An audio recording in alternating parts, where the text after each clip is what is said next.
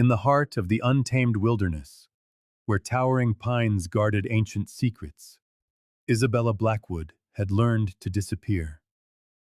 For 7 years, she had carved out a silent life, far from the madness and cruelty of her father, surviving on wild berries, river water, and the occasional rabbit she managed to trap.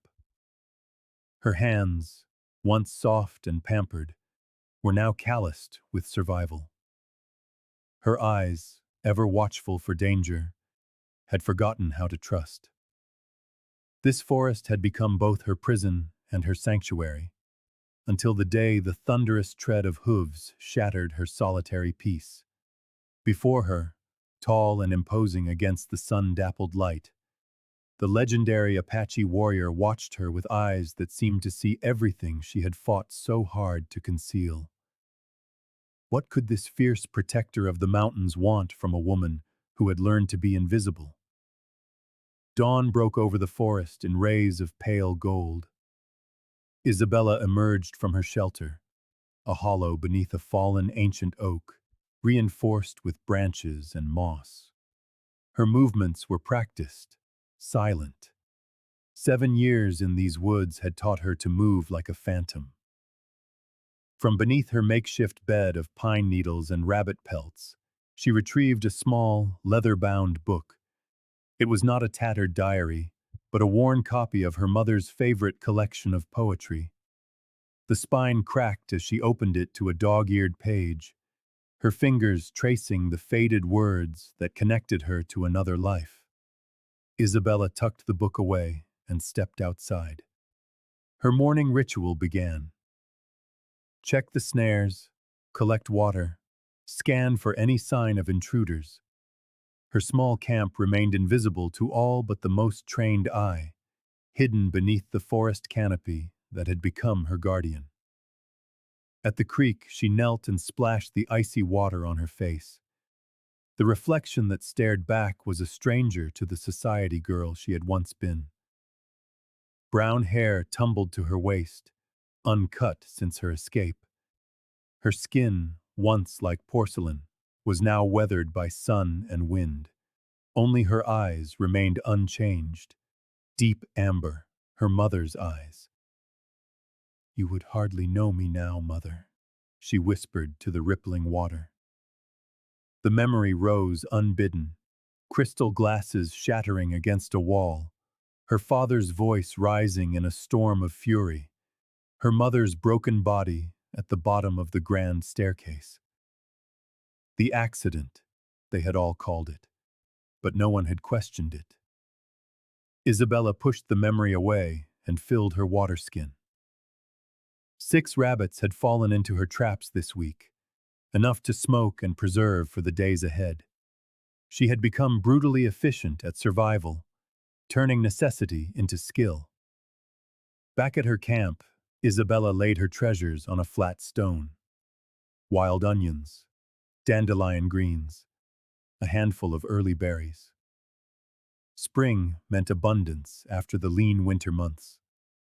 Her stomach no longer ached with the gnawing hunger of those first terrifying months in the wild. As she worked, her fingers found the small scar at her temple. Her father's signet ring had left its mark the night she fled. Jeremiah Blackwood, respected businessman and landowner, a pillar of the community. If only they could see the monster behind the charming smile. "You are mine until I say otherwise," he had snarled, his grip on her arm leaving bruises beneath his fingers. "The deal with Mr. Holland is done. You will be married by the end of the month." That night, she had run with nothing but the clothes on her back and her mother's book. 17 and terrified, she chose the wilderness over becoming property to be traded for business advantage. The first year had nearly killed her. Trial and error taught harsh lessons: which plants nourished and which poisoned, how to build a shelter, how to hunt small game, how to become invisible when hunting parties passed nearby. Sometimes, in the town, they spoke of her in whispers. The ghost of the forest, Blackwood's mad daughter, the wild woman. Myths and rumors swirled, growing with each telling. Few believed that someone raised in such gentility could survive alone in the hostile Wasun. Yet here she was, proving them all wrong. Isabella froze, her hand instinctively reaching for the crude knife at her waist. Something had shifted in the forest's rhythm, a presence that did not belong. The bird song to the west had fallen silent. She melted into the shadows of a gnarled pine, becoming part of the woods themselves. Years of practice had taught her to still her breath, to vanish in plain sight. There it was again, the faint displacement of air that signaled she was not alone. It was not an animal. Someone was moving with purpose through her territory. For the first time in years, Isabella felt a cold sliver of fear trace its way down her spine. Someone was watching. Someone had found her. The Apache camp hummed with activity as twilight settled over the valley. Women prepared the evening meal while children played between the lodges. On the edge of this organized chaos stood Takakota, rolling a small, carved wooden wolf between his fingers. A gift from his father, his most prized possession. Takakota stood apart from the others, his imposing figure silhouetted against the dying sun. At 33, he carried himself with the quiet authority of a man who had earned respect through deeds, not words. His black hair fell in a single braid down his back, adorned with a lone eagle feather, a symbol of his status as the tribe's most skilled scout. "You leave at daybreak," said the elder Maka, as she approached, her weathered face a map of 90 summers' worth of wisdom. "Yes, grandmother. Something disturbs the balance of the forest."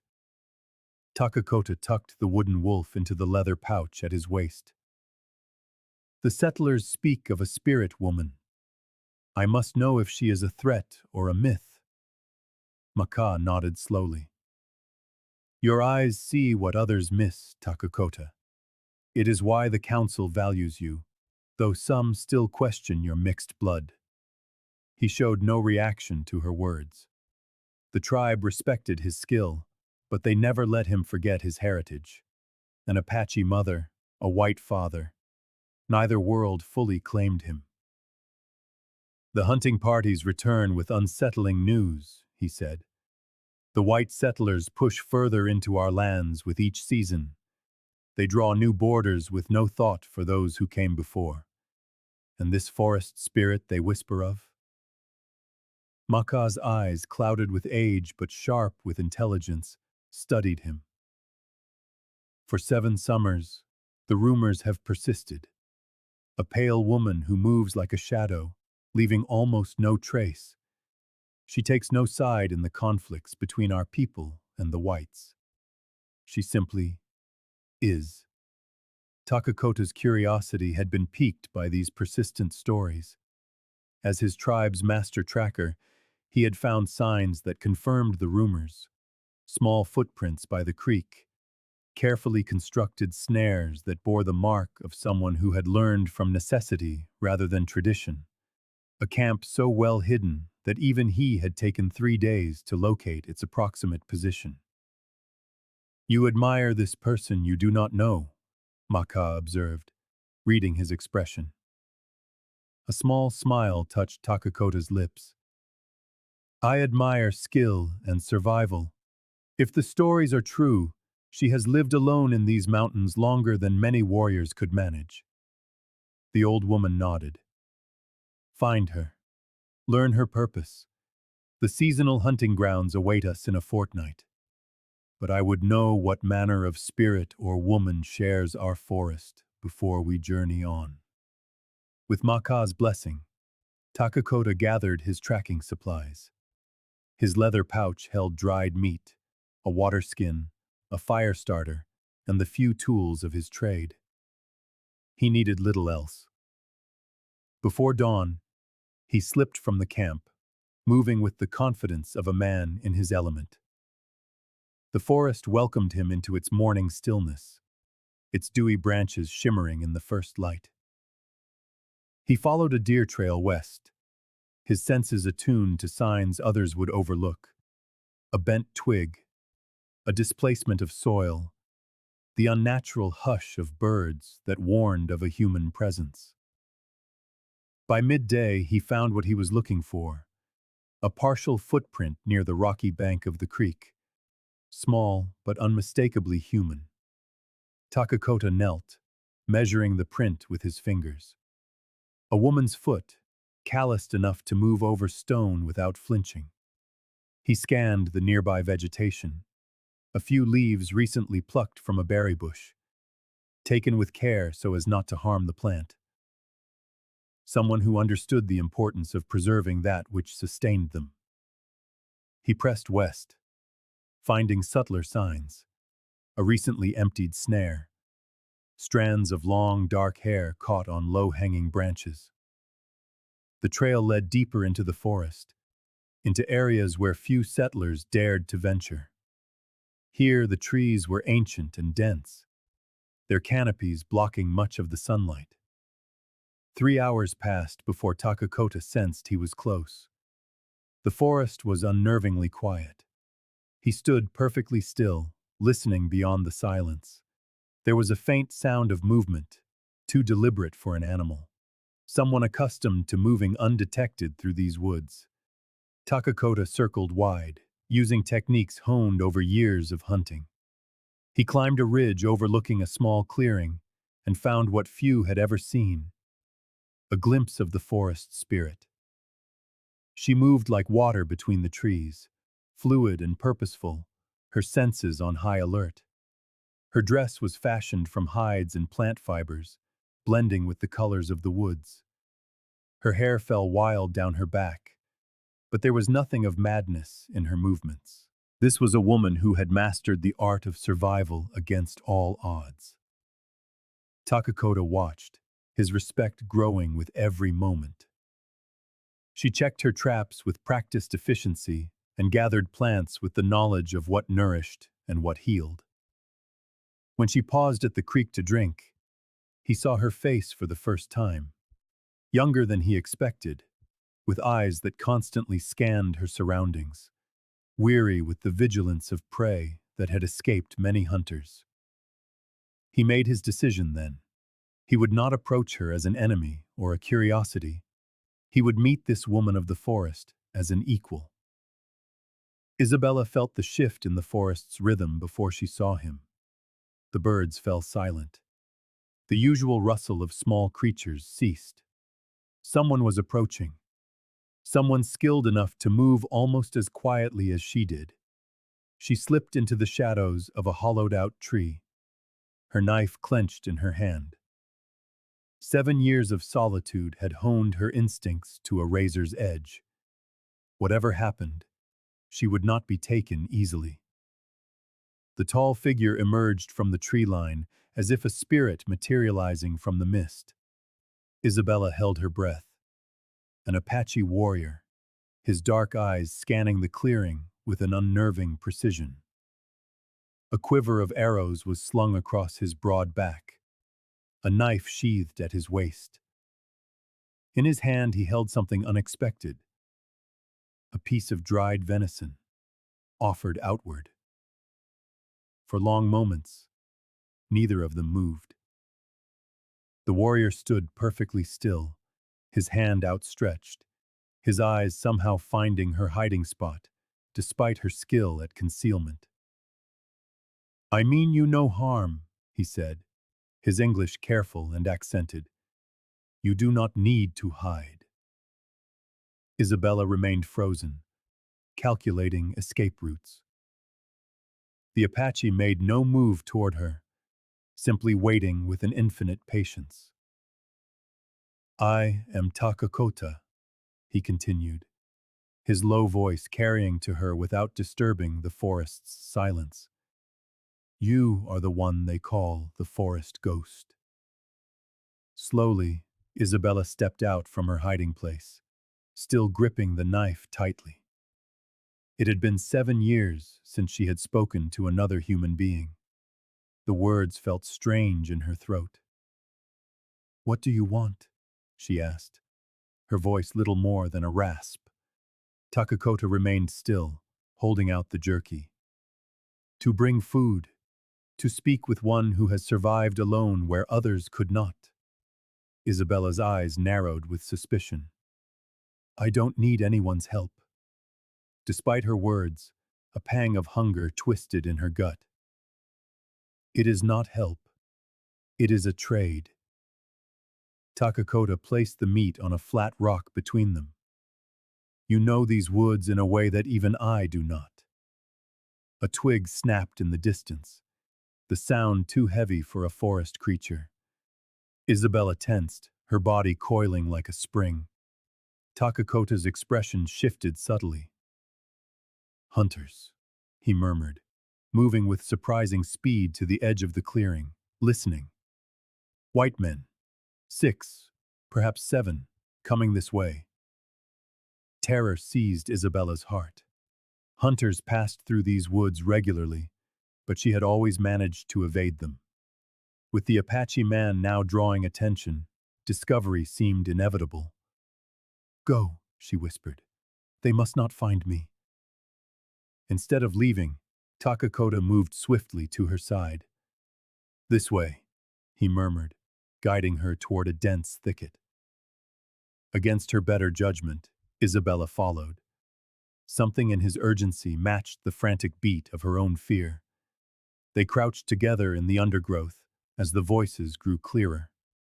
Through gaps in the foliage, Isabella saw them. Rough-looking men with shotguns, led by a weathered guide in buckskins. "Blackwood's offering triple now," one man said, lighting a cigarette. 5,000 for information leading to his daughter, and 10 grand to bring her back directly. "If she's even still alive," another scoffed. 7 years in these mountains? More likely we're chasing a ghost." "Blackwood don't think so. Says she was always stubborn, just like her mother." The guide spat a stream of tobacco juice onto a nearby rock.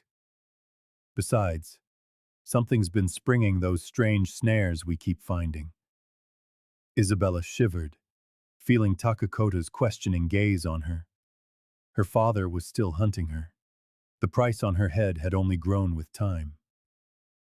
The men paused by the stream, filling their canteens. When one noticed the flat rock where Takakota had set down his jerky, he grunted, "Someone's been here. Recently." He knelt, examining the ground. 2 sets of tracks, one heading north. The guide nodded. "We'll follow after we rest. If it's her, she'll lead us to a camp eventually." Isabella closed her eyes, willing them to leave. Beside her, Takakota silently reached into his pouch and withdrew a handful of dried herbs. With deliberate movements, he crushed them between his fingers and, as the wind shifted, tossed the powder into the clearing. The pungent aroma drifted toward the posse. One by one, the men began to cough. "What is that smell?" one demanded, covering his nose with a handkerchief. "Smells like a dead skunk," another complained, his eyes watering. The guide looked uneasy. "Apache medicine. We're being watched. Let's move on. This area isn't safe." Gathering their gear, the posse continued west, away from Isabella's hidden camp. Only when their voices had faded completely did Takakota speak again. "Jeremiah Blackwood," he said softly, "the rich landowner from the settlement. They seek his daughter." He studied her face.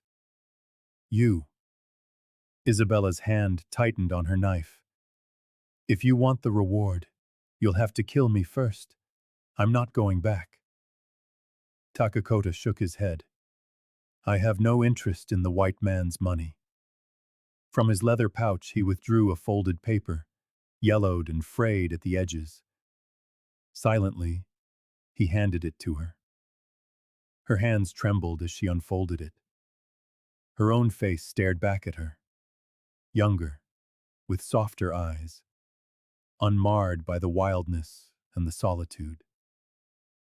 Below the portrait, bold letters proclaimed, "Missing, Isabela Blackwood, daughter of Jeremiah Blackwood. Generous reward offered for information or her return." "Why show me this?" she whispered. "Because you need to know," Takakota answered simply. "They will not stop looking, and next time they might find your camp." Isabella stared at the poster, at the face of the girl she once was. A decision crystallized within her. She could flee deeper into the wilderness, abandoning the camp she had carefully built over years, or she could trust this stranger who had just saved her from discovery. "What do you suggest?" she asked finally. Takakota met her gaze squarely. "Come with me. My people are camped 2 valleys to the east. It will be safer there while we decide what must be done." Isabella glanced back toward her hidden shelter, the only home she had known for 7 years. Everything in her screamed to retreat to its safety. Yet her father's hunters drew closer with every season. Perhaps survival now meant taking the greatest risk of all, trusting another human being. "Until the hunters are gone," she agreed cautiously. "No longer than that." Takakota gave a single, sharp nod. "Gather what you cannot leave behind. We travel by moonlight." Moonlight filtered through the branches as Isabella followed Takakota through the forest. She carried little: her knife, a water skin, a small bundle of herbs, and her mother's book, wrapped in oilcloth. 7 years of survival had taught her that possessions were a burden. Her true wealth was knowledge. They traveled in silence for hours, Isabella matching Takakota's pace with surprising ease. As dawn threatened the eastern horizon, he led her to a small cave half hidden by a cascading waterfall. "We will rest here," he said, stepping inside. "It is safer to travel at night." The cave was cool and dry, stretching deeper than its entrance suggested. Isabella positioned herself near the opening, unwilling to be cornered. Takakota seemed to understand her caution. He kept his distance, gathering kindling for a small fire. "The smoke will scatter in the waterfall. We will not be seen." Isabella watched him work, studying his movements. Efficient, deliberate, much like her own had become. "Why are you helping me? What do you gain?" Instead of answering immediately, Takakota reached into his pouch and withdrew something that glinted in the firelight. A stone arrowhead, perfectly formed, black as midnight. "Obsidian," he explained, offering it for her to inspect. "Sharper than any metal blade. It takes great skill to shape it without shattering."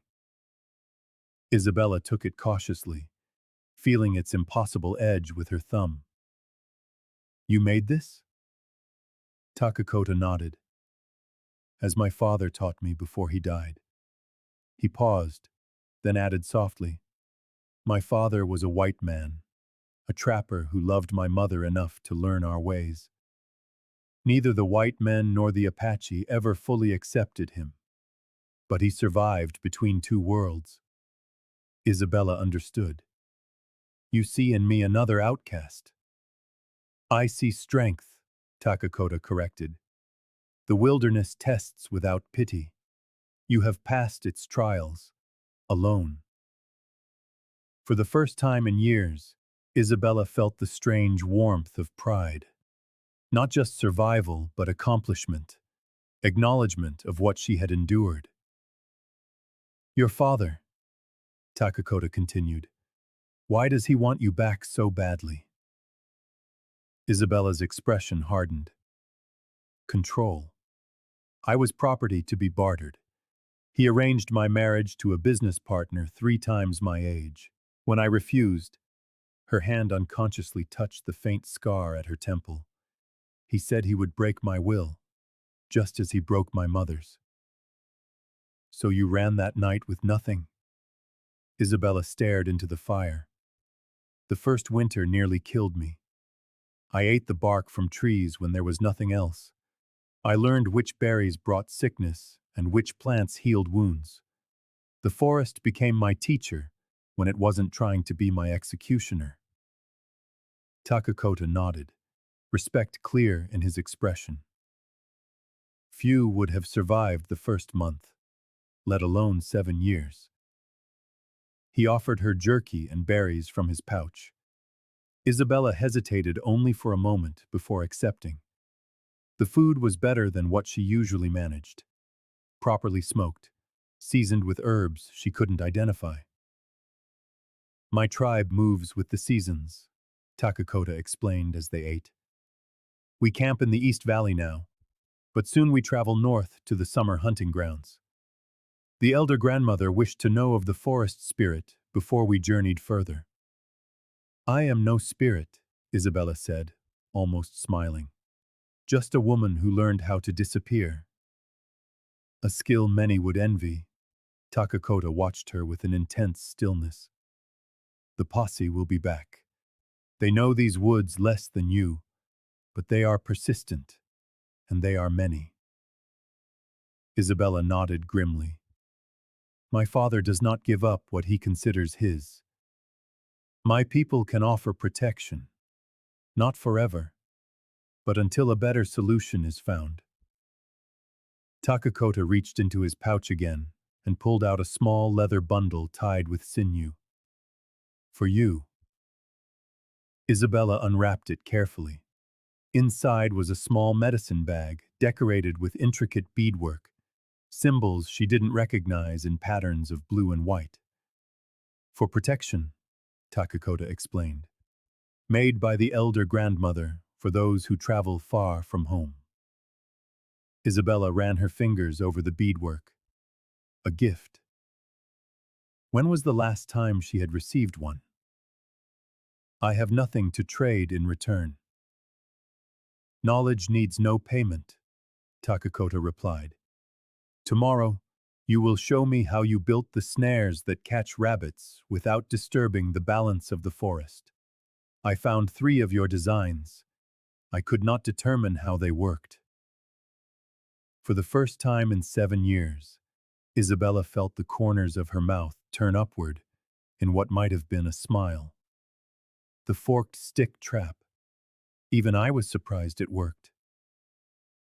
They spent the rest of the day trading knowledge. Isabela demonstrated how to build her snares using small twigs and cordage. Takakota showed her how to identify edible plants she had avoided out of caution. By dusk, Isabela felt the strange awareness that she had spoken more in one day than in all the years since her escape. Her voice, at first hoarse from disuse, gradually remembered its purpose. We will reach my people tomorrow night, Takakota said, as they prepared to continue their journey. Some may be wary at first, but the elder grandmother will welcome you. Isabela secured the medicine bag around her neck. Its unfamiliar weight was both comforting and strange. I do not remember how to be around people, she admitted. You remember how to survive, Takakota replied simply. That is enough. As they stepped back into the night forest, Isabela realized something had shifted. For the first time in 7 years, she was not entirely alone. The realization was as frightening as it was strangely comforting. My name, she said suddenly, the words surprising even herself. It's Isabela. The second night of travel brought them to higher ground, overlooking valleys shrouded in mist. Isabela moved with growing confidence beside Takakota, their steps falling into a natural rhythm as they paused to rest beneath a granite outcrop. Questions she had suppressed for years began to surface. The settlement, near my father's land, she began hesitantly. Has it grown? Takakota nodded. It has nearly doubled in size. The railroad reached it 3 summers ago. Blackwood timber and rail is the biggest business in the territory. Your father supplies the wood for railroad ties in 3 states. Isabela absorbed this in silence. Her father's empire had only grown in her absence. His power and influence would make any escape temporary, unless she fled far beyond this territory. We will reach my people's camp by nightfall, Takakota said, watching the sky. There is time to rest more, if needed. Isabela shook her head. Rest meant stillness, and stillness brought memories she preferred to keep at bay. Instead, she reached into her small bundle of belongings and withdrew something she had not shown him. A silver hair comb inlaid with tiny seed pearls. It was my mother's, she explained, seeing his curious glance. The only thing of value I took when I ran. Takakota observed the delicate craftsmanship, not touching it. You risk discovery by keeping this. Some things are worth the risk. Isabela traced the line of pearls with her finger. My mother gave it to me on my 16th birthday, a month before she died, or before she was killed. Her voice hardened.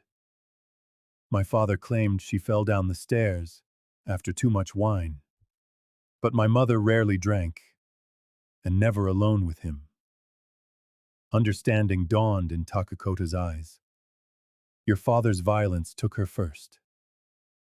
Isabela nodded, carefully rewrapping the comb. After she was gone, there was no one left to intervene when his anger turned on me. When he arranged my marriage to Harold Holloway, I knew my fate would be the same as hers. Holloway had already buried 2 wives, both in unfortunate accidents. So you chose the wilderness over certain death, Takakota said. A warrior's choice. The comparison startled Isabela. She had never considered her desperate flight an act of courage, only of survival. I was 17 and terrified, she admitted. The first few nights alone in the woods, I cried until I had no tears left. Then I just learned. Every day brought new lessons. How to make fire, how to find water, which plants were food and which were poison. And you recorded these lessons? Takakota asked. Isabela smiled faintly. At first, in my head. Then I made ink from berries and charcoal. I used the inner bark of trees when the paper from my mother's book ran out. The forest taught me to improvise. A distant howl cut through their conversation. Wolves, Takakota murmured. Far off. They both relaxed, recognizing there was no immediate threat. Your father's hunters mentioned strange traps, he observed, designs they had never seen. Necessity breeds invention, Isabela replied. I had no weapons but the ones I could fashion myself. My only teachers were failure and success. As they prepared to move on, a rustle in the nearby undergrowth froze them in place. Takakota's hand went to his knife, Isabela's to her own. The bushes parted to reveal a young doe, startled to find humans across its path. For a tense moment, the three regarded one another before the doe bolted into the woods. A good omen, Takakota said. My grandmother would say the spirits approve of our path. Isabela found herself wanting to believe in such signs. But 7 years alone had left little room for anything but pragmatic survival. They descended into the valley as dusk fell, following a stream that widened as they went. Twice they changed course to avoid signs of hunting parties. Isabela marveled at Takakota's tracking skills, the way he read broken twigs and disturbed earth like words on a page. Your people, she began, as they paused to fill their water skins. Will they accept a white woman in their camp? Takakota considered the question. Some will welcome anyone who respects our ways. Others will be wary. Trust is earned slowly. He gave her a thoughtful look. But you are no longer simply a white woman. The forest has claimed a part of you. It has changed you. They will see that. As night fell, he led her up a narrow path that snaked between enormous boulders. At the top, he stopped and pointed to a sheltered basin below. Firelight flickered between carefully arranged lodges. Smoke rose in thin columns against the darkening sky. The sounds of life, voices, laughter, the cry of an infant, drifted up to them. Isabella's heart hammered against her ribs. After 7 years of solitude, the prospect of so many people threatened to overwhelm her. I don't know if I can do this, she whispered. Takakota studied her face in the fading light. You survived alone where others would have perished. That courage is already within you. He gestured toward the camp.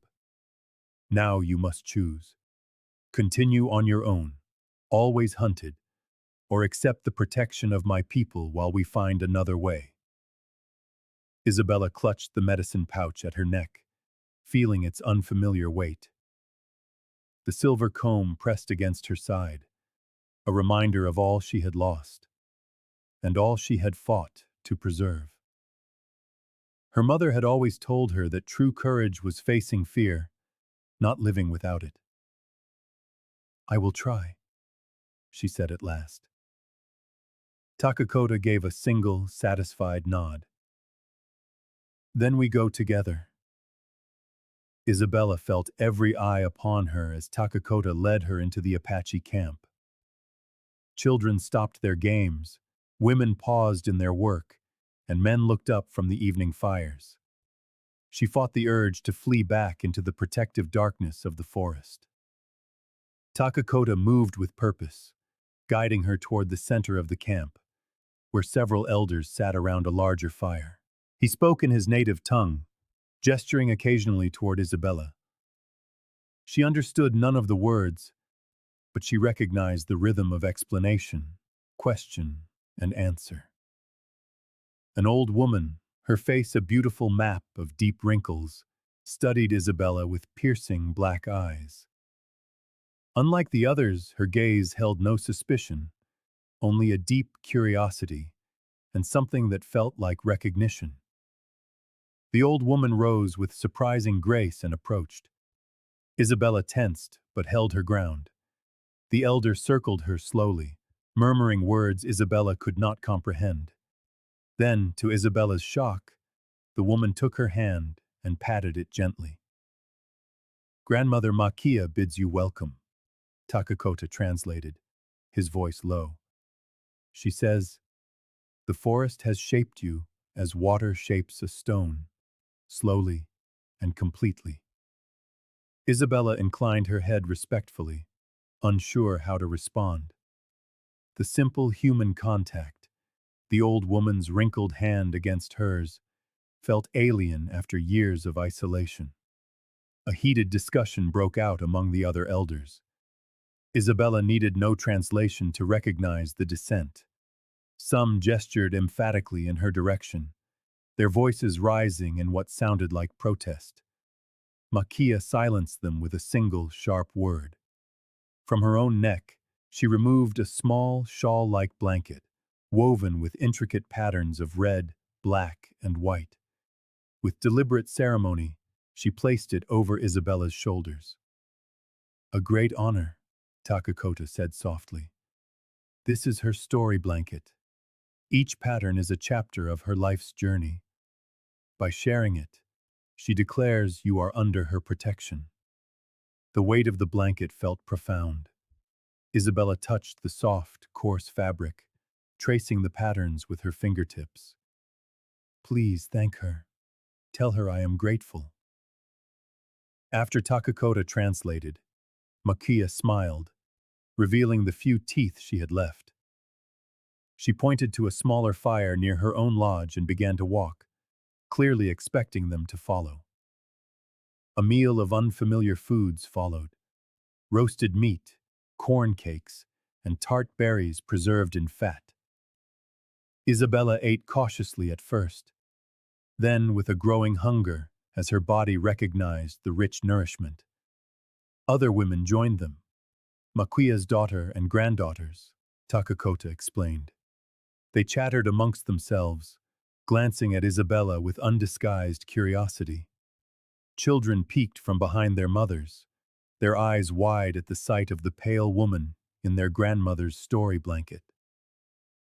One small girl, braver than the rest, approached Isabella directly. Without a word, she reached out and touched Isabella's hair, marveling at its different texture. Isabella remained perfectly still, allowing the contact, though every instinct screamed to pull away. The child said something, looking up at Isabella expectantly.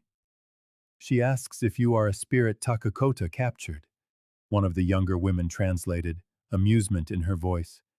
"I am Kaime, Makia's granddaughter.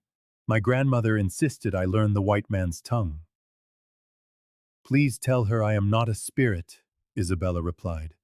"Just a woman who has lived in the forest." After Kaim translated, the little girl nodded seriously and asked another question. "She wants to know if the forest taught you magic," Kaim said. Isabella thought for a moment. "Tell her the forest taught me to listen, to watch, and to wait. Perhaps that is a kind of magic." The answer seemed to satisfy the child, who smiled before rejoining her mother. As the evening wore on, most of the tribe retired to their lodges. Makia indicated a small shelter beside her own, where Isabella could sleep. Inside, furs and blankets had been arranged into a comfortable bed, a luxury beyond anything Isabella had known in years. Takakota paused at the entrance. "Rest well. You are safe here." "Your people have questions," Isabella said, "as I would have of a stranger in my home. Grandmother Makia has vouched for you. That carries great weight." Takakota seemed about to say more, but instead, he just nodded. "The morning comes early. The women will expect you to join their work." Alone, Isabella sat on the edge of the fur bed, her fingers stroking Makia's story blanket, still draped over her shoulders. The patterns seemed to shift in the low light, telling tales she could not yet read. For the first time since she had fled her father's house, she would sleep surrounded by other people.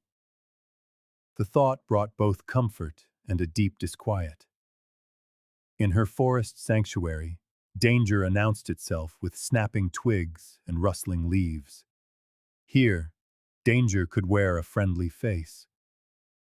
Yet something in Grandmother Makia's recognition quieted her fears. The old woman had seen something in her, something beyond the dirt and wildness, beyond her pale skin and strange ways. Isabella lay down, pulling the story blanket close. The sounds of the camp settled into the rhythms of the night. Soft conversations, the cry of a baby quickly soothed, the crackle and hiss of dying fires. It was a different lullaby than her forest, yet it followed its own natural patterns, and sleep came more easily than she had expected. For the first time in 7 years, others stood watch while she rested. The constant vigilance that had been her companion could be, for a short while, set aside. Her last thought before sleep was a realization both wonderful and terrifying. She was no longer completely alone. Dawn arrived with unfamiliar sounds, voices calling, children laughing, the domestic rhythm of a community waking. Isabella rose quickly, folding Makia's story blanket with careful reverence. Outside, women were already at their morning tasks. Several nodded in acknowledgement as she emerged, their initial wariness eased by Makia's obvious acceptance. Kimi approached with a wooden bowl of something steaming. "Grandmother says you must eat," she said, offering the food. "Then you will join the women gathering herbs." Isabela accepted the bowl, finding a porridge sweetened with berries. "Thank you," she said, the words still feeling foreign in her own language after years of silence. As she was eating, Takakota appeared, carrying something that made her stop mid-bite. It was a large piece of animal hide, stretched taut with markings she immediately recognized as a crude map of the surrounding territories. He spread it on the ground before her, weighting the corners with stones. "Trouble is coming," he said without preamble, his finger jabbing at the eastern edge, where squares indicated white settlements. 3 hunting parties are combing the forests. One follows the river south, another moves through the high passes. The third is searching near your old camp. Isabela set her bowl aside, her appetite gone. "They're coordinating. My father must have raised the reward again." Takakota nodded, his expression grim. "The council met at sunrise. Your presence puts the tribe at risk. Some believe you must leave." "I understand," Isabela said, getting to her feet. "I will gather my things." Takakota placed a hand on her arm, the first time he had initiated such contact. Grandmother Makia disagreed. "She believes the spirits guided you to us for a reason." He traced a path on the map. "Our tribe travels north in 3 days, to the summer hunting grounds. Makia insists you travel with us." Isabela studied the map, noting the careful rendering of mountains, rivers, and forests. One spot marked with red ochre showed their current camp. Another, farther north, indicated their destination. Between them lay terrain more rugged than any she had ever crossed alone. "Your people are moving because of me," she stated. "Because I bring danger. We follow seasonal patterns older than living memory," Takakota corrected. "But yes, we may leave sooner than planned." His finger traced the western edge of the map. "Your father's influence grows. His logging operations expand into ancestral lands the government promised would remain ours." She understood. "So I am not the only one he pursues. Different methods, same goal. To take what he wants, regardless of others." Takakota's expression hardened. "The tribe's scouts report increased activity at all the settlements. Armed men asking questions about you and about our hunting parties." Isabela scanned the map more closely, noting symbols she didn't recognize. Circles, triangles, small pictograms. "What do these mean?" "Safe places, water sources, land that is treacherous for horses." Takakota pointed to a series of small crosses. "And here, where hunting parties were sighted yesterday." The crosses formed a ragged semicircle around the tribal camp. A cold dread settled in Isabela's stomach. "They aren't just looking for me randomly. They're searching systematically." Takakota nodded. "They have good trackers. Not as skilled as the Apache, but persistent. They found signs near the cave where we rested." "Then I must go," Isabela said firmly. "Alone they will catch you in days," Takakota countered. "The council has decided. You will travel with us to the north, where Blackwood's men do not often venture. After the summer hunt, we will find a permanent solution." His tone allowed for no argument. Still, Isabela had survived by making her own decisions. "I will not bring harm to those who have helped me." "You will bring more harm by leaving," a weathered voice said from behind her. Grandmother Makia approached, with Kimi at her side to translate. The old woman spoke at length, gesturing toward Isabela, and then to the distant mountains. Grandmother says you belong neither to the white world nor entirely to the forest, Kimi translated. You walk between worlds, like Takakota. This is a rare medicine. The tribe needs world walkers in these changing times. Isabela looked from the old woman to Takakota, seeing the truth in their assessment. 7 years in the jungle had transformed her. She could never return to society as the person she once was. Makia spoke again, pointing to the map and then to Isabella's chest, where the medicine pouch hung. She says to tell you that to run alone is brave but foolish, Kimi translated. The wolf survives the winter by staying with the pack. Isabela met the old woman's piercing gaze and nodded slowly. Please tell her I am grateful for the tribe's protection. I will try to be worthy of it. After Kimi translated, Makia smiled and patted Isabella's hand before turning to speak with Takakota.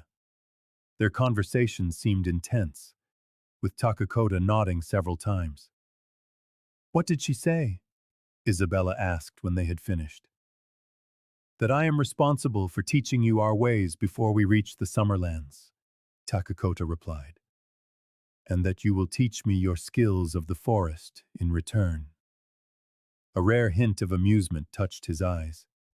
Apparently, my snares need improvement. For the first time in years, Isabela felt something like laughter rise within her, not quite breaking the surface but stirring there all the same. When Makia had departed, Takakota carefully folded the map. 3 days to prepare. Today, you will help the women. Tonight, the council wishes to hear your story. How you survived alone. Some still have their doubts. Isabela touched the medicine pouch at her neck. What if they decide I must leave after hearing it? They will not, Takakota said with unexpected certainty, because I will speak for you among our people. My word carries weight. Something unspoken passed between them. Trust was still a fragile thing, but it grew stronger with each exchange. Isabela realized with sudden clarity that Takakota had placed himself between her and potential rejection, risking his own standing. Why? She asked simply. His answer came after a thoughtful pause. Because the forest chose to preserve you when it could have claimed you 100 times over. I do not question what the spirits have protected. The tribe moved like water over stone, fluid, purposeful, leaving little trace. 3 days after the council meeting, they broke camp and began the journey north toward the summer hunting grounds. Isabela traveled with the women and children, helping where she could, learning their ways through observation and Kimi's patient translation. Takakota ranged ahead with other warriors, scouting the path and watching for signs of rival parties. On the 4th night of their journey, they camped in a sheltered valley beside a fast-flowing stream. Isabela sat with Makia, sorting medicinal plants they had gathered along the way. The old woman had begun teaching her the healing properties of the plants, building upon Isabela's own deep knowledge of the forest. A sudden stir at the edge of the camp drew their attention. A hunting party had returned early, carrying a young warrior with a bloodied leg. Isabela recognized him as Noba, barely 20 and eager to prove his worth. Takakota appeared through the crowd, his expression grim. After speaking with the wounded man, he sought out Isabela. Noba encountered white men, he explained curtly. 3 hunters from the settlement. They shot him when he tried to lead them away from our trail. Isabela's chest tightened. Were they following him to the camp? No. He is skilled, despite his youth, but the encounter worries me. Takakota knelt beside them, lowering his voice. The white man carried this. From his leather pouch, he withdrew a folded paper. Unlike the worn wanted poster he had shown her before, This document looked new, the ink barely dry. Isabella unfolded it with trembling fingers. It was a letter, penned in a refined script she did not recognize. To whom it may concern. The bearer of this message acts under the authority of Jeremiah Blackwood. Information regarding his daughter's whereabouts has been received from a source within the Apache tribe, who are currently traveling north from Whispering Pine Valley. Mr. Blackwood offers 50 gold coins for confirmation of this intelligence and for successful coordination with his recovery team. The Apache informant will identify themselves with the phrase, "The hawk flies at midnight," and is to be given safe passage to the Blackwood estate to claim additional compensation for services rendered. Signed, Howard Prescott, Esquire, legal representative for Mr. Jeremiah Blackwood. Isabella felt the blood drain from her face. Someone in the tribe betrayed me to my father. Takakota gave a grim nod. Someone who knows our route, our numbers, and our defenses. Grandmother Makia spoke sharply after Kimmy translated the letter for her. The old woman's eyes blazed with anger. Grandmother wishes to know who has broken the trust of the tribe in this way, Kimmy said. She demands a council meeting at once. Within the hour, the tribe's elders had gathered in a closed circle, their faces solemn. Warriors formed a protective perimeter around the camp. The children were hushed, the cooking fires banked low. The mood had shifted from purposeful migration to weary vigilance. The council's discussion grew heated. Isabella, sitting beside Takakota, understood none of the words, but she recognized accusation, denial, and a growing discord. She had brought this danger upon them, division from within and hunters from without. A young man suddenly stood, shouting angrily and pointing at Isabella. She recognized him as Titan, who had watched her with unconcealed suspicion since her arrival. He says you should be given to the white men, Kimmy whispered. That one person should not endanger the entire tribe. Others murmured in agreement, while Makia and several elders argued fiercely against it. The division was clear. Too many felt Isabella's presence was too great a risk. Then Takakota rose, his powerful voice cutting through the argument. He spoke at length, occasionally gesturing toward Isabella. Though she could not understand his words, his meaning became clear when he removed his hunting knife and laid it on the ground before him, a gesture of solemn pledge. When he finished speaking, a hush fell over the gathering. Then, to Isabella's surprise, Titan stepped forward again, his anger gone. He spoke briefly, head bowed, and then knelt before the elders. "What is happening?" Isabella whispered to Kimmy. "Titan has confessed," Kimmy answered, shock clear in her voice. "He met with white traders on the last moon. He told them of a pale woman with our tribe in exchange for metal tools and whiskey. He did not give your name, but he described you well enough." Takakota's expression remained impassive as Titan continued his confession, the young man's shoulders slumping with the weight of his admission. "What will happen to him?" Isabella wondered. "He will likely be banished," Kimmy replied. "To betray the tribe is a grave offense." After Titan finished speaking, the elders conferred among themselves. Finally, the oldest among them announced their decision. Titan kept his head bowed as he received his judgment. "He will not be banished," Kimmy translated for Isabella, "but he will lose his warrior status. He will work with the women until he proves he can be trusted again." A harsh punishment for a proud young man, Isabella realized, in some ways worse than banishment. The council dispersed, but the damage was done. Isabella's presence had divided the tribe, and worse, her father now knew her approximate location. The hunters would come, in greater numbers and with better information. We must change our plans, Takakota told her as they walked back to Makia's fire. The normal route to the Summerlands is no longer safe.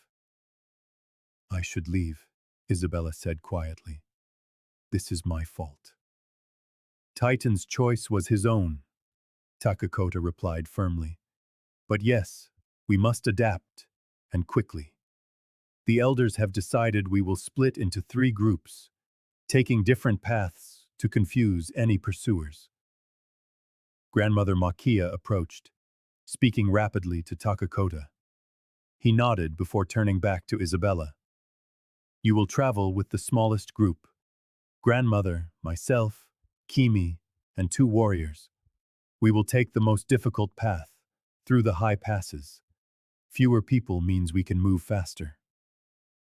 Isabela understood the strategy, but also the risk. The most dangerous route? Takakota nodded. But also the least expected. Your father's men will follow the larger groups, assuming you travel with the main body of the tribe for protection. Makia spoke again, her weathered face set with determination. Grandmother says this changes nothing, Kimi translated. You are still under her protection. The tribe does not abandon its own, even when the path grows difficult. Isabela felt a surge of gratitude for the old woman who had taken her in without question. We leave before dawn, Takakota said. While the moon is still high, we will travel fast and light, through territory few know well. He hesitated before adding, It will be dangerous. More than anything you have faced alone in the forest. Isabela thought of the crude map she had seen, with its markings of treacherous terrain. She thought of her father's hunters, now armed with information. She thought of the tribe, splitting apart because of her. I survived 7 years alone, she said at last. I will not fail now that I am no longer alone. The moonlight silvered the rocky path as the small group climbed into the highlands. Isabela moved with a sure-footed grace. Her years in the forest served her well on the treacherous ground. Ahead, Takakota led with a warrior named Wa'ape. Behind her came Kimi, supporting grandmother Makia, whose age belied her strength. They traveled by night and rested during the day in hidden caves or dense thickets. 3 days into their ascent, the pine forests gave way to scrub and stone. The air grew thinner, carrying the chill of distant snow-capped peaks. During a brief rest, Takakota joined Isabela at the edge of a precipice overlooking the valleys below. In the pre-dawn light, they could just make out the faint trails of the other 2 groups. One followed the river north, the other cut through the eastern woodlands. Your father's men are following the river party, Takakota observed, pointing to tiny pinpricks of light far below. Careless campfires. 6, perhaps 7. They believe you travel with the main group. Isabela studied the distant lights, wondering if her father himself was among the hunters. How long until we reach the Summerlands? 5 more days if we keep this pace. The path grows harder before it eases. Takakota glanced back at grandmother Makia, who rested against a boulder, her breathing labored, but her eyes as alert as ever. We must balance speed with caution. As they prepared to move on, Wa'ap returned from his scouting mission. He spoke urgently to Takakota, pointing toward the northern ridgeline. What is it? Isabela asked when they had finished. Wa'ap found tracks, Takakota said grimly. Not Apache. White men's boots following a game trail that crosses our path 3 miles ahead. Hunters at this altitude? They are not hunters. These men wore military boots. Soldiers, perhaps, or mercenaries hired by your father. Takakota's expression darkened. They know these mountains better than we expected. A cold dread settled in Isabela's stomach. They are cutting off our path to the summer grounds. Takakota nodded.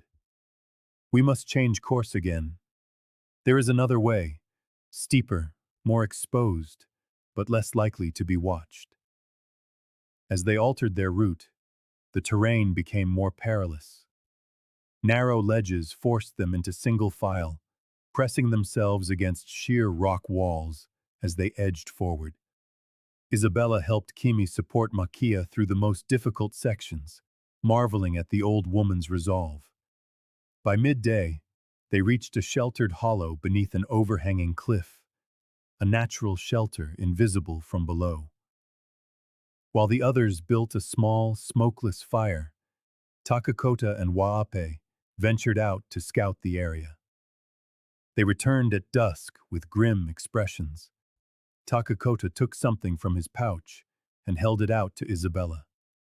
A man's silver pocket watch, heavy and ornate, with familiar initials engraved on the case. J.B. Jeremiah Blackwood, Isabela whispered, picking up the watch with trembling fingers. Where did you find this? On a white man scouting the eastern path, Takakota answered. He won't be rejoining his companions.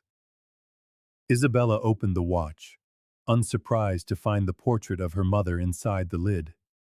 The same watch her father had carried for as long as she could remember. He is here, not just his men. My father is leading the hunt. She translated for Grandmother Maka, whose time-weathered face grew solemn. The old woman spoke at length, her voice low but intense. Grandmother says that a man who hunts his own daughter has lost his soul to the darkness. Kaim translated.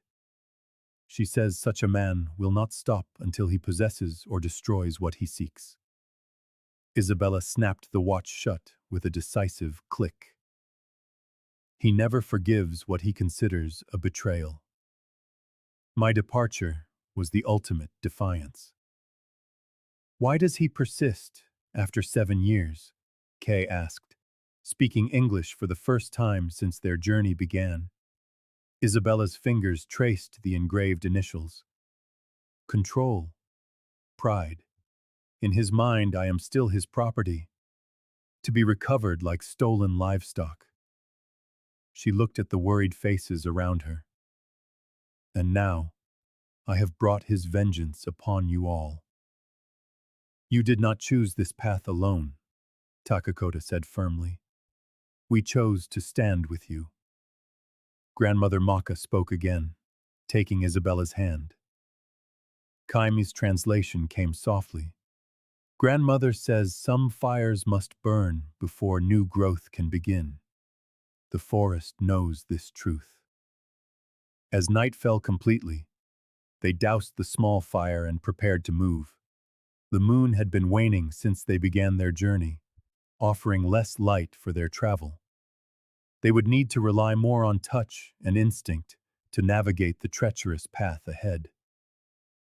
Before they left, Takakota gathered them in a tight circle. We face enemies before and behind us, he said quietly. The white men have divided their forces. Some follow our tribe's main party. Others search these high trails. How many? Isabela asked. Many, Takakota answered grimly. At least 15 men in the mountains, all well armed. They have set up camps at key crossings blocking the most obvious routes. They are herding us, Kale observed, like hunters driving deer toward waiting archers. Takakota nodded. We have one advantage: knowledge of paths they cannot even imagine exist. He turned to Grandmother Maka. Is the sacred passage through Eagle's Nest Canyon still accessible? The old woman's eyes widened slightly before she gave a single, sharp nod, speaking in a whisper that Kaim hesitated to translate. What is this path? Isabela pressed. A perilous route through the heart of the mountains, Takakota explained. Used only in times of great need. Many who enter do not leave. But those who do, Kaimi added, his voice low, are changed forever. The ancestors dwell in those caves. Isabela met his gaze, understanding the unspoken question. She handed him her father's silver watch. I have survived this long by following paths others feared to tread. Lead the way. Eagle's Nest.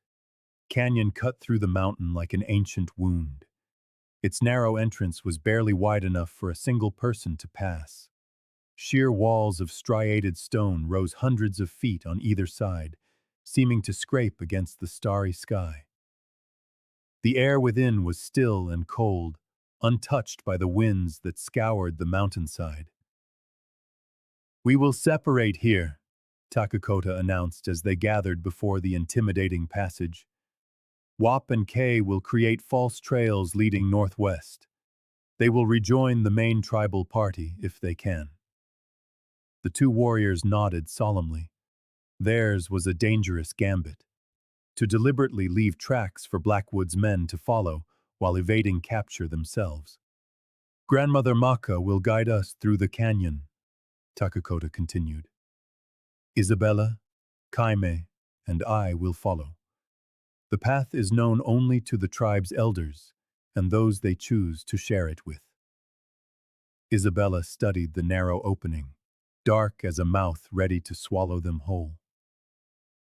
What makes this path so dangerous? Maka spoke softly, her aged hands moving in expressive gestures. Kaime translated. Grandmother says the canyon guards visions. The ancestors speak to those who pass through. Some hear voices that lead them from the path. Others see what they fear most and run blindly to their deaths. Takakota reached into his pouch and withdrew a single eagle feather, bound with sinew and adorned with small turquoise beads. He held it out to Isabela. A sacred talisman, he explained, given to warriors before battle for protection. It has been in my family for 4 generations. Isabela hesitated before accepting the gift, recognizing its significance. I cannot take something so important. You face your greatest battle, Takakota replied, his dark eyes holding hers. The canyon will challenge your spirit as much as your body. Remember who you are when the shadows speak to you. After brief farewells, Wap and Kay departed, melting into the darkness to create their diversion. Takakota embraced each one briefly, the warriors exchanging words in their native tongue that needed no translation. Blessings for a perilous mission. Grandmother Maka led the remaining 4 toward the canyon's entrance. At the threshold, she paused to chant softly, her voice carrying a surprising strength. When she finished, she turned to Takakota, speaking firmly. Grandmother says that once we enter, we must not stop until we reach the sacred pool at its heart, Kaim translated. No matter what we see or hear, the journey takes 1 full day and 1 full night. Isabela clutched the eagle feather talisman, feeling its soft barbs against her palm. What should I expect? Takakota's expression remained serious. The canyon knows what lives in your heart. It will show you what you need to face. With those cryptic words, they entered the narrow passage in single file. Maka first, then Kaime, Isabela, and Takakota, bringing up the rear. The walls closed in on either side, occasionally forcing them to turn sideways to squeeze through particularly narrow sections. The moonlight vanished quickly behind them, leaving only a sliver of sky visible far above. Phosphorescent lichen provided a minimal illumination, casting an eerie blue-green glow on the rock walls. The air grew colder, heavy with the scent of minerals and something older, as if time itself had weight and presence. As they ventured deeper, Isabela began to hear whispers, indistinct at first, then coalescing into voices she recognized. Her mother calling her name, her father's furious shouts, her own childhood laughter.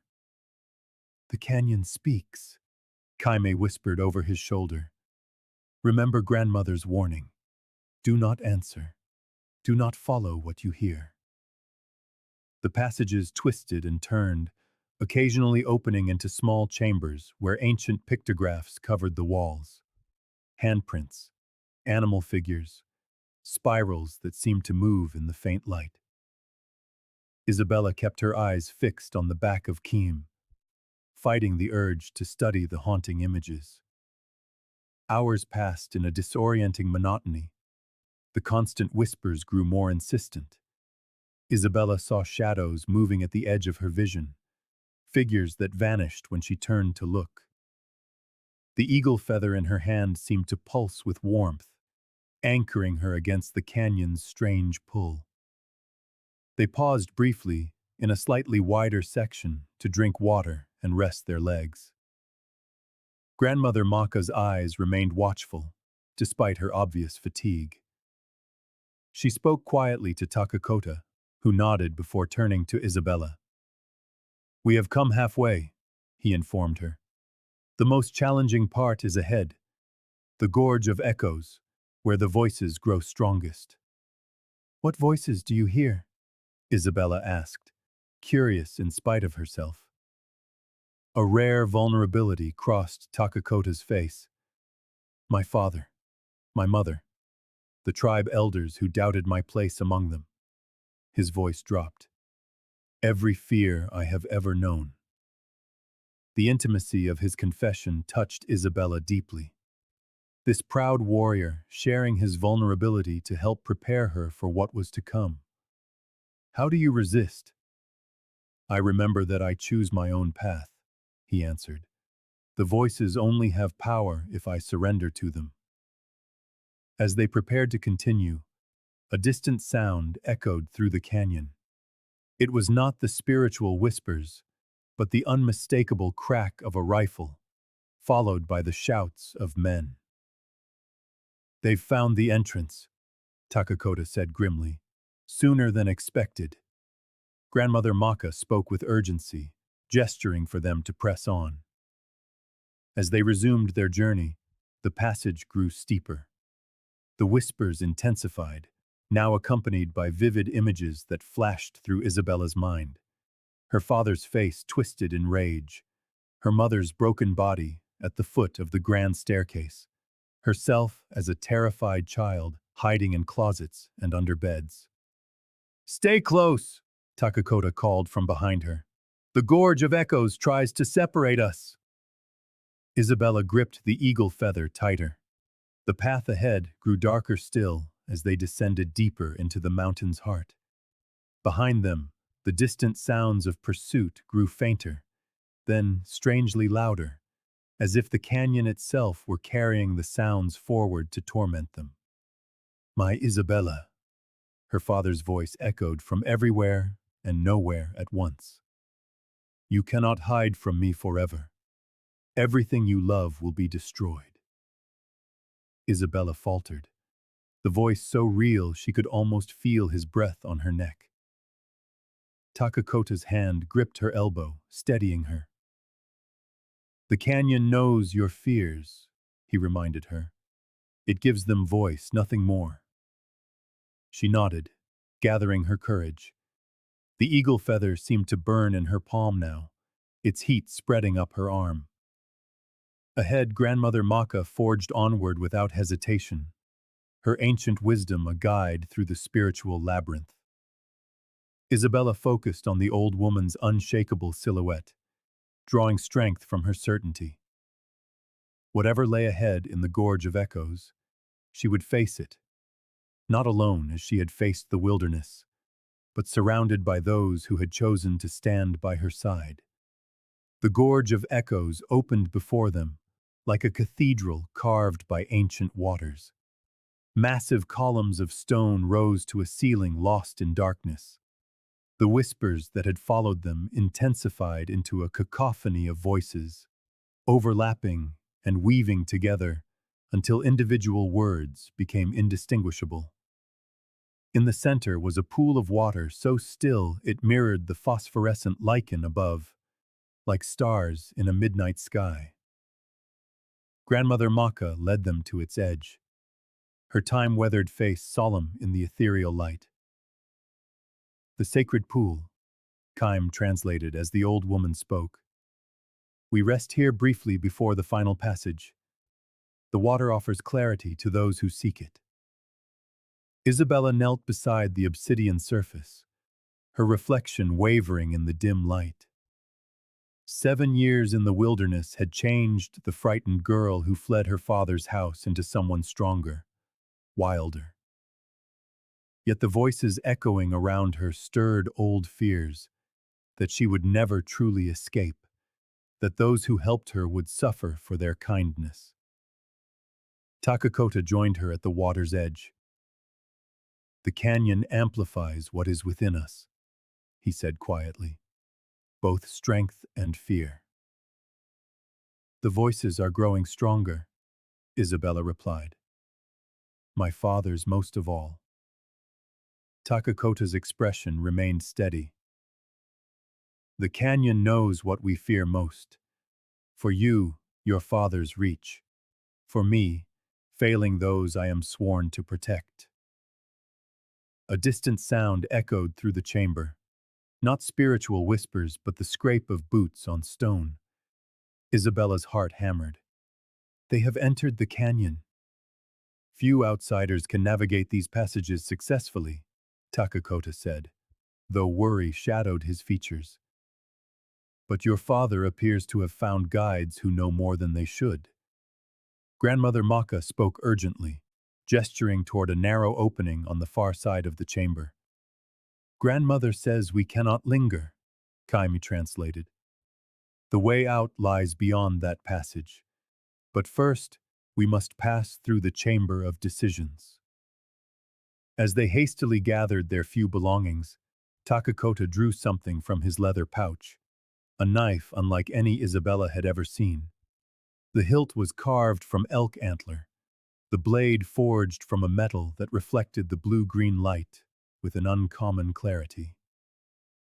For you, he said, offering it hilt first to Isabela, forged by my father, and carried by me until now. It will serve you better than the crude blade you fashioned for yourself.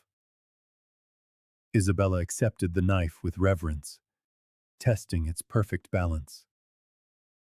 I cannot accept your father's knife, she hesitated, but Takakota shook his head. You already carry his guidance, he replied, nodding to the eagle feather she still held. This completes the circle. A warrior needs both guidance and the means to defend what is important. The weight of his words settled deep within her. This was not just a tool for survival, but an acknowledgement of her status as a fighter in her own right. They entered the narrow passage in single file, Grandmother Makia leading with an unerring confidence despite the near-total darkness. The tunnel snaked downward, then up again, occasionally branching off. Without the old woman's guidance, they would have been hopelessly lost. The whispers continued, though their tone had changed, less menacing, more seductive. Isabela heard promises of safety, of a return to civilization, of her father's forgiveness if she would only turn back. The feel of Takakota's knife in her hand kept her anchored against these false assurances. The passage suddenly widened into another chamber, smaller than the first, but with several exits. 7 identical openings were spaced evenly around the circular room. In the center stood an altar of stone, ancient and worn smooth by countless hands. Grandmother Makia stopped, speaking rapidly to Kime. This is the chamber of decisions, Kime translated for her. Grandmother says only one path leads to freedom. The others lead to an endless pilgrimage, or worse. How do we choose? Isabela asked, studying the identical openings. Grandmother must perform the ritual of seeking, Kime explained. But that takes time we may not have. As if to confirm her words, the echoes of pursuit sounded from the tunnel behind them, voices calling to one another. the click of weapons being readied. "They're getting closer," Isabela whispered. "We need to set traps, slow them down." Takakota nodded. "Kaime will help grandmother with the ritual. You and I will prepare the defenses." They worked quickly, using the natural features of the chamber. Isabela set snares at the entrance to the passage, not to kill, but to delay. They were similar to the ones she had crafted in the forest, but adapted for the confined space. Takakota arranged loose stones to create choke points, where their pursuers would be forced to slow down and bunch together. "My father will be among them," Isabela said as they worked. "He would never trust others to bring me back." "Then he will face who you have become," Takakota replied. "Not the girl who ran, but the woman who survived." Isabela tested the edge of her new knife against her thumb, finding it razor sharp. Its weight felt right in her hand, as if it had been made for her. For 7 years, she had defended herself with crude tools of stone and wood. Now she held a blade worthy of a warrior. At the altar, Grandmother Makuya completed her ritual, pointing decisively toward the third opening on the left. Kim ran to join them at their defensive position. "The way has been chosen," she reported. "Grandmother says we must go immediately. The spirits are restless with so many intruders." The sounds of pursuit grew louder, men cursing as they encountered the narrower passages, orders being shouted in a voice Isabela recognized with absolute certainty. Her father's tone of command, unchanged by the years. "Go," Takakota urged Kaim. "Help grandmother through the true passage. We will be right behind you." As the women hurried toward the chosen exit, Isabela and Takakota exchanged a look of perfect understanding. Someone needed to delay the pursuers long enough for the others to get through safely. "Together," Isabela said, positioning herself beside him. Takakota gave a nod, approval in his eyes. The first pursuers appeared at the mouth of the passage. A rough-looking man in deerskin leathers triggered Isabela's snare and fell forward with a curse. Another followed behind him, then a third, weapons drawn. A strange calm settled over Isabela. For 7 years she had hidden and fled. Now, with Takakota at her side and a proper blade in her hand, she would stand her ground. The men hesitated at the sight of them. A tall Apache warrior and a wild-looking woman with a knife, silhouetted against the chamber's eerie light. Then, a figure pushed through from behind, and Isabela's breath caught in her throat. Jeremiah Blackwood stood before her, older, yet with the same towering presence. His cold, calculating eyes fixed on his daughter with an expression that mingled fury and triumph. "Isabela," he said, her name a command on his lips. "Your foolish game ends now." Time seemed to stand still in the chamber of decisions. Jeremiah Blackwood stood tall despite his age, his tailored coat jarringly out of place in the ancient cave. 4 armed men flanked him, their rifles raised. "Put down that knife, Isabela," Jeremiah ordered, his voice echoing off the stone walls. "This savage cannot protect you from me." Isabela tightened her grip on Takakota's knife. "I don't need protection, Father. Not anymore." Jeremiah's expression hardened. "I have searched for 7 years.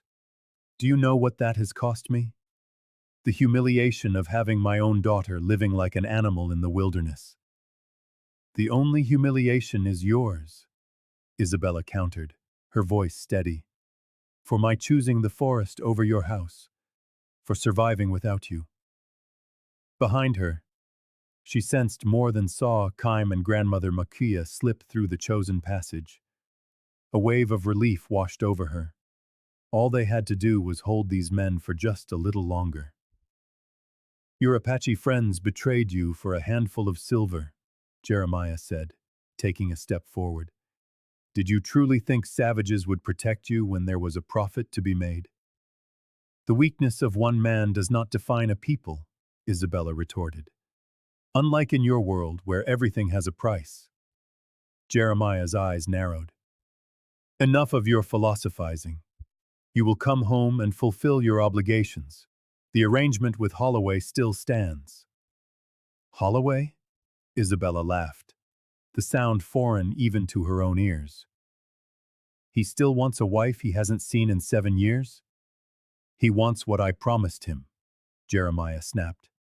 Control of the Eastern timber rights, which require your signature as your mother's heir. Understanding dawned on Isabella.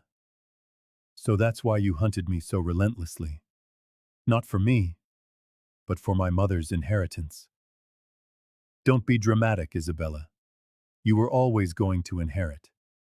I simply arranged an advantageous marriage to go along with it. He gestured to his men. Seize the savage. Bring me my daughter. 2 men moved forward. Takakota tensed beside Isabella, his hand on his own knife. Wait, Isabella said, surprising everyone, including herself. She took a step forward, lowering her blade slightly. I will come with you willingly, father, on one condition. Jeremiah raised an eyebrow. You are in no position to bargain. Let Takakota and the others go. Your dispute is with me, not with them. A calculating look crossed Jeremiah's face. Always the martyr, like your mother, he mused. Very well. The savage can go. You have my word. Isabella knew exactly what her father's word was worth. She glanced at Takakota, a silent message passing between them. He gave an imperceptible nod. She took another step toward her father, then suddenly dropped to her knees. In the same motion, Takakota threw something over her head. A small clay pot shattered against the stone near Jeremiah's feet. A cloud of fine powder exploded upward, filling the chamber with choking dust. The men coughed and swore, momentarily blinded. Isabella rolled aside as a rifle fired, the bullet striking the stone where she had been. Chaos erupted in the confined space. Isabella lashed out with her knife, slicing the strap of a man's powder horn. Takakota engaged 2 others, his movements fluid and precise in the swirling dust. Through the confusion, Jeremiah Blackwood's voice rose above the din. Take her alive! Kill the savage! Isabella saw her father reach inside his coat, the silver gleam of a small pistol reflected in the dim cave light. He was aiming for Takakota's back. No! She screamed, launching herself forward. Her shoulder slammed into her father's midsection with the full force of her wild years. They crashed against the cave wall, and the pistol fired harmlessly toward the ceiling. Isabella felt her father's hands grabbing at her hair, her clothes, trying to subdue her as he had so many times in her childhood. But she was not a child anymore. She twisted free, bringing Takakota's knife up between them, not to strike, but to create space. Her father's eyes widened at the proximity of the blade to his throat. You wouldn't dare, he breathed. You no longer know what I am capable of, Isabella replied. 7 years changes a person. A sudden boom tore through the air. It was not a gunshot, but something more primal. The cave itself seemed to tremble. Stones shifted overhead, and dust and small rocks rained down. The spirits are angry, Takakota shouted, dispatching his last opponent with a blow that left the man unconscious. The chamber is becoming unstable. Isabella backed away from her father, her knife still raised. Jeremiah's remaining man fled toward the entrance passage, abandoning his employer as the shaking intensified. This place will be your tomb if you stay, Isabella warned her father. We are leaving. You can follow your man the way you came. Jeremiah's face twisted in a mask of rage. He lunged forward, not for Isabela, but for his dropped pistol. His fingers closed around it just as another violent tremor shook the chamber. A great crack appeared in the ceiling directly above him. Jeremiah looked up, his eyes widening as he registered the danger. He tried to roll away, but the stone gave way, and massive chunks began to fall. Isabela acted without thinking, diving forward to shove her father out of the path of the largest falling rock. They tumbled together. The pistol flew from his grasp, skittering across the chamber floor until it struck Jeremiah's prized rifle, which had been dropped in the fight. The impact discharged the rifle. The blast was deafening in the confined space as the bullet struck stone. Shrapnel ricocheted wildly. Isabela felt a searing pain in her arm but kept moving, pulling her dazed father toward the exit passage where Takakota waited. "Leave him!" Takakota shouted, as more of the ceiling began to collapse. Isabela looked down at her father. The man who had terrorized her childhood, hunted her relentlessly, and threatened the only people who had shown her kindness in years. "I am not like you," she said, hauling him to his feet. "Go, follow your man, live with your failure." She shoved him toward the entrance passage just as a huge section of the ceiling caved in between them, sealing that exit permanently. Jeremiah Blackwood stood on one side, Isabela on the other, a barrier of fallen rock between them. The last thing Isabela saw of her father was his face, furious, yet strangely pensive, perhaps seeing his daughter clearly for the first time in years. Takakota grabbed her hand. "We have to go now." They scrambled into the passage Grandmother Makia had indicated, the chamber collapsing behind them. Isabela clutched Takakota's knife, its weight a reassurance in her hand as they ran through the final tunnel, pursued not by men, but by the mountain itself as it sealed the ancient chambers forever. Behind them, buried under tons of rock, lay Jeremiah Blackwood's prized rifle, bent and broken by the rockfall, never to threaten Isabela or anyone else again. Sunlight struck Isabela's face like a physical touch. After days in the canyon's shadows, she emerged from the narrow exit passage, blinking against the glare, with Takakota right behind her. Before them stretched a hidden valley, vibrant with spring growth and bisected by a clear stream. Grandmother Makia and Kimi waited by the water, relief etched on their faces as Isabela and Takakota appeared.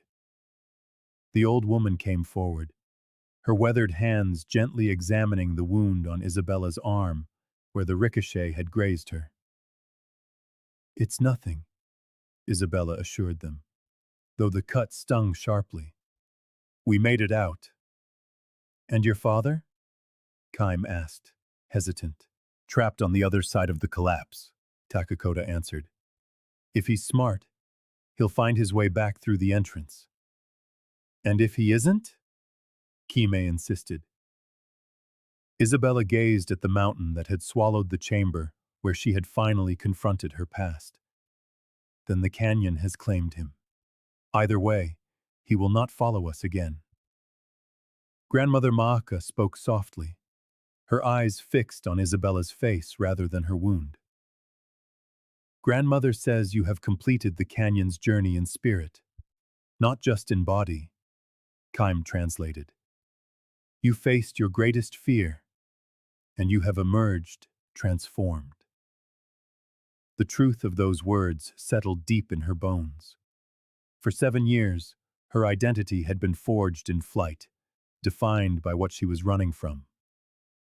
Now, standing in the sunlight, with these people who had risked everything for her, she felt a different future begin to unfold.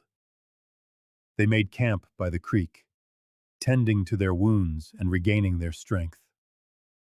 Takakota scouted ahead, returning with the news that they had indeed reached the northern side of the mountains. The summer hunting grounds were only 2 days' journey away. That night, as they sat around a small, crackling fire. Grandmother Mahka presented Isabella with an unexpected gift, a small deerskin journal, its cover decorated with subtle beaded patterns, reminiscent of the medicine pouch Isabella still wore around her neck. Grandmother started this for you when you joined us, Kime explained. She says, "Your old stories are now sealed in the canyon. This is for the new ones you will create." Isabella ran her fingers over the soft leather, overwhelmed by the gift's significance. She had recorded her knowledge of the forest on bark and leaves, preserving the wisdom that helped her survive. This journal was an invitation to preserve not just knowledge, but her own journey. "Thank her for me," she whispered, emotion tightening her throat. After translating, Kime added, "Grandmother also says that the tribe will welcome you when we reach the Summerlands, not as a visitor or a guest, but as one of us." Isabella looked up, surprised. "Even after all the danger I caused?" Takakota, who had been quietly tending to his weapons nearby, joined the conversation. "The tribe honors courage and values those who face their trials with dignity. You have proven yourself worthy of belonging." "I don't know your customs," Isabella admitted. 7 years in the forest taught me solitude, not community." "You will learn," Takakota answered simply, "just as you learned to survive in the wild." Later, as Grandmother Maaka and Kime slept, Isabella sat by the dying embers of the fire, Takakota's knife in one hand and her new journal in the other. The objects represented her transformation, from the hunted to the defender, from isolated survivor to a member of a community. Takakota sat beside her, his presence comfortable in a way she never would have imagined possible just weeks ago. "What will you write first?" he asked, nodding toward the journal. Isabella considered the blank pages, infinite with possibility. Perhaps about a frightened girl who fled into the forest, and the woman who emerged. Or how an Apache warrior found a ghost of the woods and saw something worth saving. "I saw a survivor," Takakota corrected gently. "Someone who had already saved herself long before I appeared." The truth of his words resonated within her. She had saved herself, remaking her identity through sheer will and adaptability when the world offered no refuge. "What happens now?" she asked softly. "We join the tribe in the Summerlands," Takakota replied. "Beyond that," he paused, choosing his words carefully. "Beyond that, it is for you to decide. The path is open in every direction." Isabella looked up at the stars, so much brighter here than they had ever appeared through the forest canopy that had shielded her 7 years. The same stars her mother had shown her as a child, teaching her the constellations from the garden of the home that later became a prison. "I never thought I would have choices again," she confessed. After she fled, survival was the only goal. Each day lived was victory enough. And now, Isabella looked down at the journal in her hands, its empty pages waiting for the story only she could write. "Now I want more than to survive. I want to live." Takakota nodded, understanding the profound distinction. "Then you will live." In the comfortable silence that followed, Isabella opened the journal and smoothed her hand over the first blank page. Using a piece of charcoal from the edge of the fire pit, she began to write. Not of the past that had chased her through the canyon, but of the moment she had emerged into the sunlight, looking forward instead of constantly behind. The future stretched before her, undefined but full of possibility. For the first time in 7 years, Isabela Blackwood felt truly free. 1 year later, the summer camp buzzed with activity as the tribe prepared for a celebration. Children darted between the lodges, women put the finishing touches on elaborate beadwork, and the men prepared a feast that would last long into the night. At the center of this joyful commotion was Isabela, no longer the wild woman of the forest, but a respected member of the community. Her hair, once tangled and untamed, was now bound in a single braid, adorned with small shells and beads. Her clothing, a blend of traditional Apache design and her own practical adaptations, reflected her unique position within the tribe. Neither fully Apache nor white settler, she had carved an identity between two worlds. "They are waiting for you," Kime said, approaching with an elaborate blanket draped over her arms. "Grandmother Mahka sent me to help you prepare." Isabela touched the blanket with reverent fingers. Unlike anything she had ever seen, it wove traditional Apache patterns with symbols from Isabela's years in the forest. Rabbit snares, medicinal plants, and the silhouette of a woman standing among the trees. "The wedding blanket," she whispered. "It's... There are no words for how beautiful it is." Kime smiled, helping to settle it over Isabela's shoulders. "Grandmother worked on it all winter. Do you see how she wove the two worlds together? She says, 'This is your true strength, to live between two worlds, but to belong to both.'" The weight of the blanket felt right, like an embrace from the community that had become her family. A year since she had walked out of Eagle's Nest Canyon. A year of learning the tribal customs while contributing her own knowledge. A year of growing closer to Takakota. Their shared experiences forging a bond neither of them had expected. "Are you nervous?" Kaime asked, adjusting the folds of the blanket. Isabela considered the question. "Not of Takakota, never of him." She smiled softly.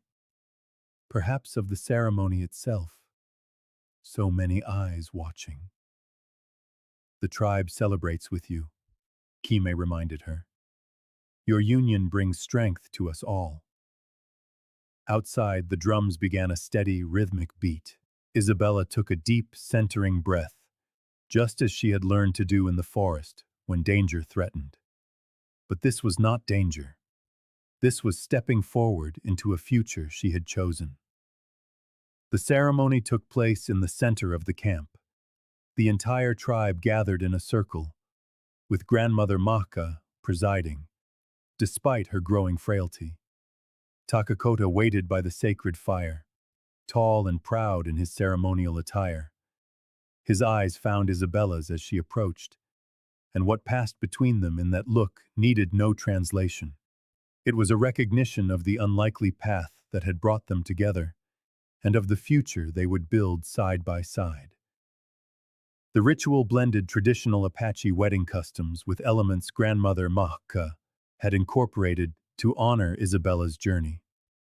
They shared water from a single vessel, symbolizing the joining of their lives. They exchanged gifts, Isabela offering Takakota a bow she had crafted using techniques from both the forest and the tribe, and Takakota giving Isabela a silver bracelet, forged from metal he had traded with settlers. When Grandmother Mahka wrapped the wedding blanket around both their shoulders, binding them together under its protection, Isabela felt the last vestiges of her old fear finally break away. Here, with this man and these people, she had found what her years alone in the forest had prepared her for. Not just survival, but belonging. The celebration continued late into the night. Food and stories were shared around the fires. Children performed dances they had rehearsed for weeks. Elders offered blessings and wisdom to the newly formed couple.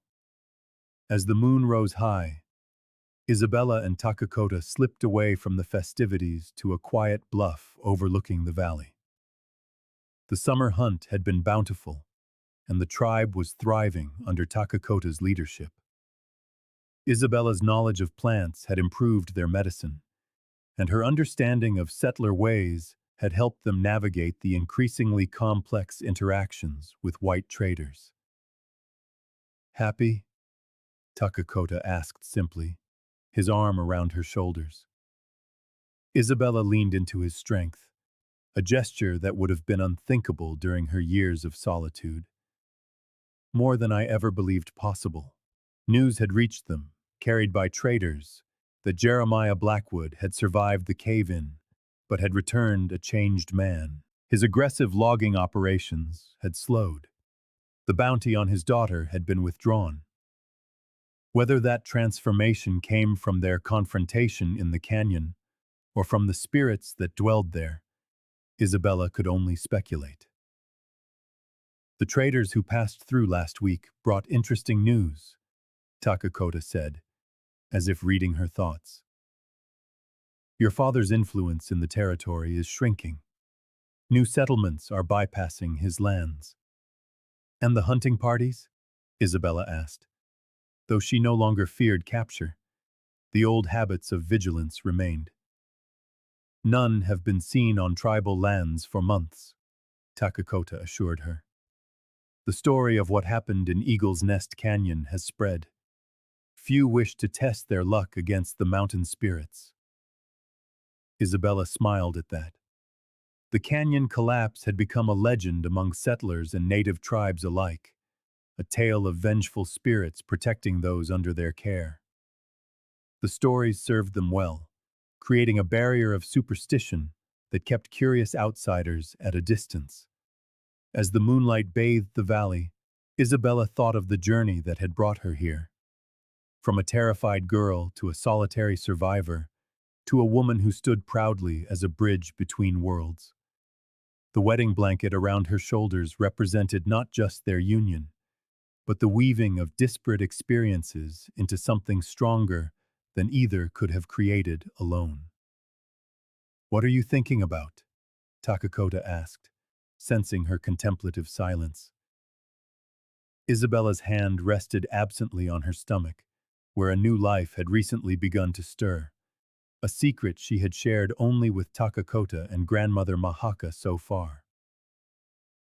"That some paths seem to lead us away from everything we know," she answered, "only to bring us exactly where we are meant to be." Winter had cast its silent mantle over the mountains. The tribe's permanent winter camp, nestled in a sheltered valley, stood firm against the season's hardships. Smoke curled from the tops of the lodges, carrying the scent of pine and wood smoke into the crisp air. Inside the lodge she shared with Takakota, Isabella rested on a bed of furs, exhausted but triumphant. 40 hours of labor had culminated in the miracle now nestled against her chest. A daughter, with Isabella's amber eyes and Takakota's copper skin, a perfect bridge between their worlds. Grandmother Maaka sat nearby, her ancient hands moving with steady purpose as she put the finishing touches on a gift she had been crafting for months. The old woman's vision was failing, but her fingers remembered what her eyes could no longer see clearly. "It is finished," Kime announced, translating for her grandmother. "The cradle board for the child born between seasons." Takakota carefully lifted the sleeping infant from Isabella's arms, allowing her to sit up and properly see Maaka's creation. The carved wooden cradle board took her breath away. It was a masterpiece of art and meaning, fashioned from a single piece of cedar. The cradle's exterior featured intricate carvings of forest scenes, trees, animals, and flowing water. But it was the interior that brought tears to Isabella's eyes. Along the inner walls, protective symbols from Apache tradition and settler culture were interwoven in perfect harmony. Eagles watched over wolves. Guiding stars mapped forest trails. Every image told a story of protection, strength, and belonging. She carved this herself?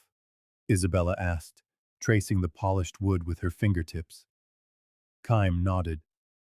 Every night, while the others slept. She says this child carries the future of two peoples in her small hands. Her cradle must reflect both journeys. Takakota gently placed their daughter into the cradle board, which rocked softly on its curved base. What shall we name her? He asked. It was the one question they had deliberately left unanswered until her arrival. Isabella's thoughts drifted to her mother, gone too soon. To grandmother Makia, who had seen her true self when others saw only a wild woman of the woods, and to the forest itself, which had both tested and protected her for 7 solitary years.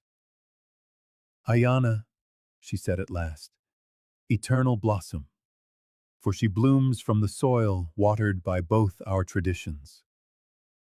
Takakota nodded, approval shining in his eyes. Ayana, he repeated, the name settling upon their daughter as if it had always belonged to her. Grandmother Makia spoke softly, her aged hand resting on the rim of the cradle. Grandmother says Ayana will walk a new path, Keem translated. Neither fully Apache nor white, but something stronger, for she carries both. Outside their lodge, the winter celebration began, the beat of drums announcing the child's arrival to the tribe. Soon, members of the tribe would bring gifts and blessings for the newest addition to their community. But for now, this moment belonged to the small family and to the elder who had made their union possible. As evening fell, visitors arrived in small groups to honor the birth.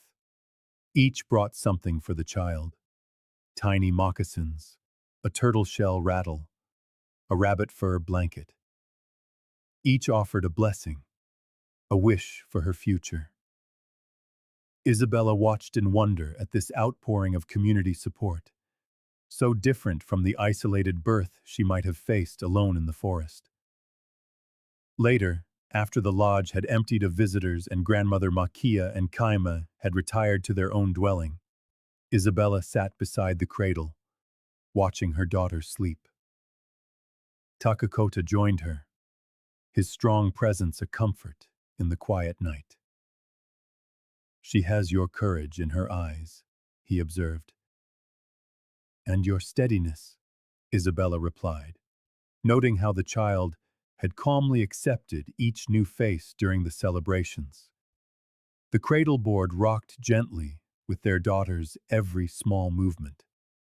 In the firelight, the carved symbols seemed almost alive, dancing in protection around the sleeping child. When spring comes, I will teach her to identify the plants, Isabella said, those that heal and those that harm, and how to move silently through the forest. Takakota smiled. I will teach her to read the animal signs, Isabella continued softly, to follow trails others cannot see, to listen to what the wind carries. She will know both worlds, and never be forced to choose between them, as we were. Their daughter stirred in her sleep, her tiny fingers curling and uncurling. Isabella remembered her own childhood, the restrictions, the expectations, the fear that had ultimately driven her into the wilderness. How different Ayana's first years would be, surrounded by love, encouraged to embrace the strengths of both her heritages. Do you ever have regrets? Takakota asked suddenly. For leaving your father's world behind? Isabella considered the question with the seriousness it deserved. I regret the circumstances that forced the choice, she answered finally. But not the path itself. It led me here. She touched the cradle board. To her. To you, to a life I never knew was possible. Snow began to fall outside, adding another layer of insulation to their cozy lodge. Isabella thought of all the winter nights she had spent alone in the forest, huddled in makeshift shelters, surviving on stored food and sheer will. The contrast with her present circumstances could not be more profound. I stayed alive in the forest, she murmured, watching the cradle board's hypnotic sway. But here, with you and our people, I have learned how to truly live. Takakota wrapped his arm around her shoulders, pulling her close. Together, they watched their daughter, sleeping peacefully in the cradle board that bore the symbols and protection of two worlds.